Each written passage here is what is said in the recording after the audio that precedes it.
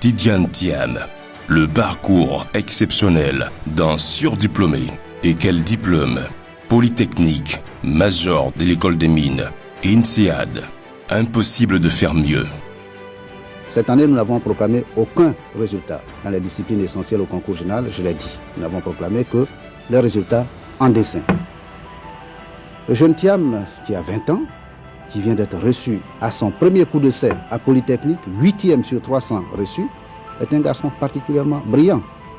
Bachelier à 18 ans, rentrant en Polytechnique, le seul Ivoirien de cette année, car il y avait 20 autres Africains qui s'étaient présentés, il est le seul Africain reçu à Polytechnique et 8e.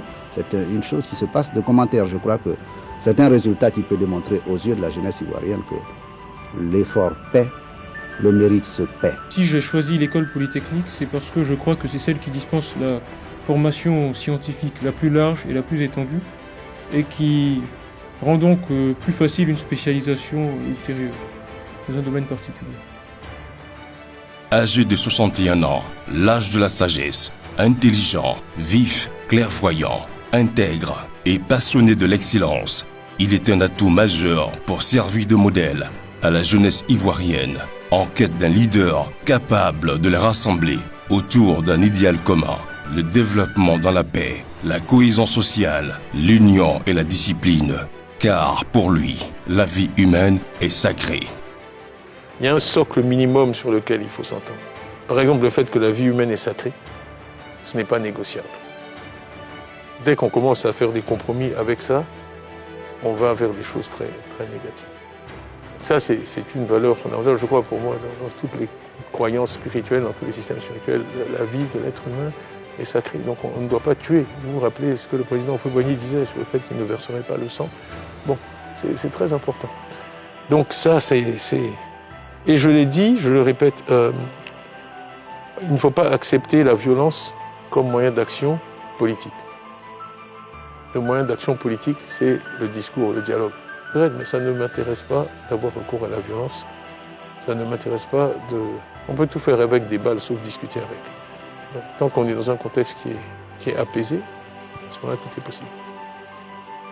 Après un long passage sur le tout-puissant cabinet de conseil américain McKinsey, il revient en 1994 en Côte d'Ivoire pour développer les infrastructures du pays, puis devient ministre du Plan sous Bédié après avoir dirigé l'actuel Bennett à seulement 31 ans, jusqu'au coup d'État de 1999 qui l'oblige, très déçu, à regagner l'Europe, où il fera ses preuves chez le plus gros assureur britannique Aviva, avant de s'en aller chez le géant Prudential et devenir plus tard le premier patron noir d'une entreprise du FTSE 100, à la tête d'un empire de 13 millions de clients en Asie, 4 millions aux États-Unis et 7 millions au Royaume-Uni. Un énorme potentiel sur lequel il compte s'appuyer afin de permettre aux jeunes entrepreneurs de commencer au plus bas de l'échelle, être encadrés et soutenus pour rivaliser demain avec les multinationales d'ici et d'ailleurs. La base de tout, c'est la confiance en soi. C'est tout. C'est le plus important capital de l'être humain. Je dis souvent que le rôle d'un parent vis-à-vis d'un enfant, c'est de l'amener à l'âge adulte avec le maximum de confiance en soi, parce que c'est ça le capital qui va lui permettre de passer à travers les écueils de la vie. Une des choses qui me rend le plus fier, c'est d'amener des gens à faire des choses dont ils ne se croient pas capables. Il faut continuer. Il faut continuer. Moi, je dis toujours en plaçant vraiment l'homme, le capital humain. Il y a un fil conducteur un peu dans tous les commentaires que j'ai faits. J'ai dit il n'est de richesse que d'hommes. La technologie aujourd'hui permet de faire des choses assez extraordinaires en matière de santé, en matière d'éducation. J'ai dit que ma première préoccupation au BNET, ça a été la santé des employés. La santé, c'est très important. Tidjane Thiam, c'est surtout le génie de la finance qui a dirigé Kering, le géant européen du luxe, et côtoyé tous les grands de la planète. Il a fréquenté au jour le jour. Le premier ministre britannique David Cameron a été invité à déjeuner par feu la reine Elisabeth d'Angleterre, Bill Gates et bien d'autres personnalités qui influencent le monde de la finance mondiale. Ce qui lui donne un carnet d'adresses suffisamment garni pour créer des richesses. Et l'une des qualités de ce manager hors pair, c'est savoir s'y prendre pour inoculer le venin de la confiance en soi à ses collaborateurs, les booster, puis les amener à dépasser leurs limites pour atteindre de meilleurs résultats. Je répète aussi qu'il n'y a aucune entreprise qui n'a pas été informelle un jour. Toute entreprise a commencé dans l'informel, soit Microsoft ou Netflix ou Google ou Apple. Ouais. Et ensuite, elle se développe. Donc il faut arrêter d'opposer les deux. Il faut en fait mettre en place des systèmes qui encouragent ces entreprises-là qui naissent dans l'informel à croître et à rentrer dans l'informel. Et le digital est au cœur de ça. Moi, je vois des exemples. Je travaille au Brésil, je travaille en Indonésie, de banques digitales qui ont été créées. Aujourd'hui, il y a 4 milliards d'êtres humains sur cette terre qui ont un smartphone. 4 milliards. Donc il n'y a plus d'obstacles technologiques à la mise en place de comptes en banque, d'applications qui leur permettent d'accéder à des services financiers. Il faut des impôts plus bas, avec une assiette beaucoup plus large, et que les États aient aussi les moyens de financer les services vitaux de santé, d'éducation et de servir leur dette extérieure. Il faut vraiment que cette question soit résolue et qu'on ait une dette qui est soutenable.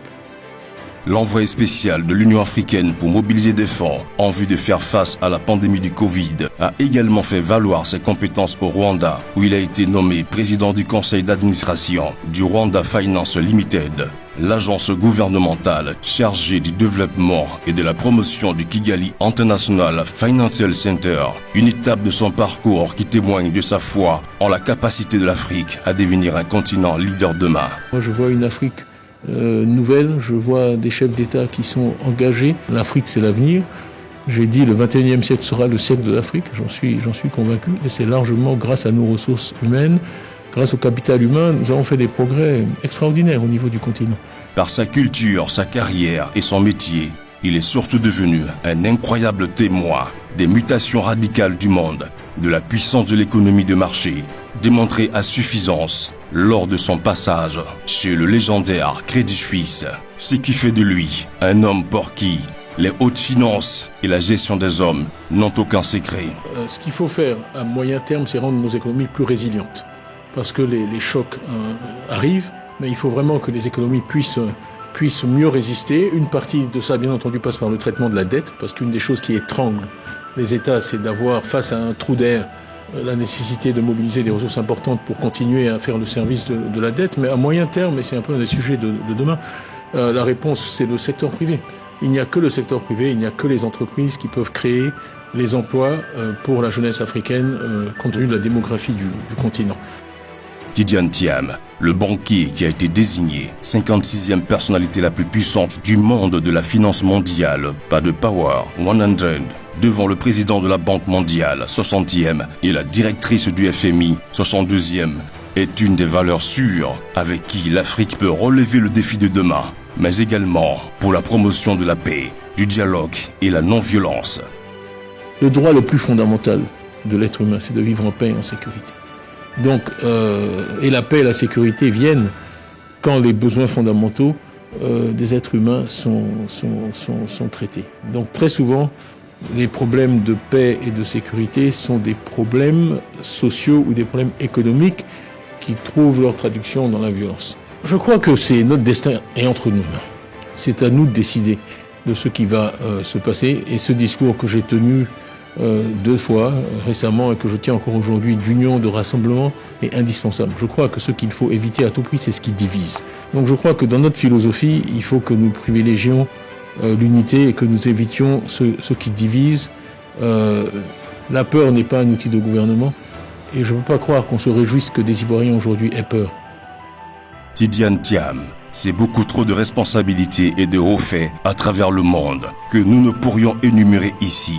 Le temps faisant défaut, une certitude cependant, au regard de son parcours exceptionnel, ses énormes potentialités et son expérience à travers le monde, Tidjane Thiam, profondément attaché à son pays, la Côte d'Ivoire, est très porté sur la préservation de nos traditions et valeurs africaines, est indéniablement un atout majeur sur qui les Ivoiriens doivent compter pour bâtir une nation rassemblée et prospère, où l'excellence, l'équité, la justice et la tolérance seront les fondamentaux. Je crois que c'est notre destin est entre nos mains. C'est à nous de décider de ce qui va se passer. Et ce discours que j'ai tenu 2 fois récemment et que je tiens encore aujourd'hui d'union, de rassemblement est indispensable. Je crois que ce qu'il faut éviter à tout prix, c'est ce qui divise. La meilleure formule, c'est une Côte d'Ivoire maître de son destin, avec des Ivoiriennes, des Ivoiriens heureux qui croient en l'avenir et qui peuvent légitimement croire que leur vie a été meilleure que celle de ceux qui de leurs ancêtres et que leurs enfants auront une vie encore meilleure qu'eux. Je pense que le maître de son destin, c'est vraiment clé, parce que c'est la différence entre les pays. Je veux une Côte d'Ivoire qui est reconnue comme une terre d'innovation. Ma mère disait toujours, la seule chose dans laquelle il faut investir, c'est ta tête. Parce que la seule chose que tu peux emmener avec toi partout, c'est ta tête.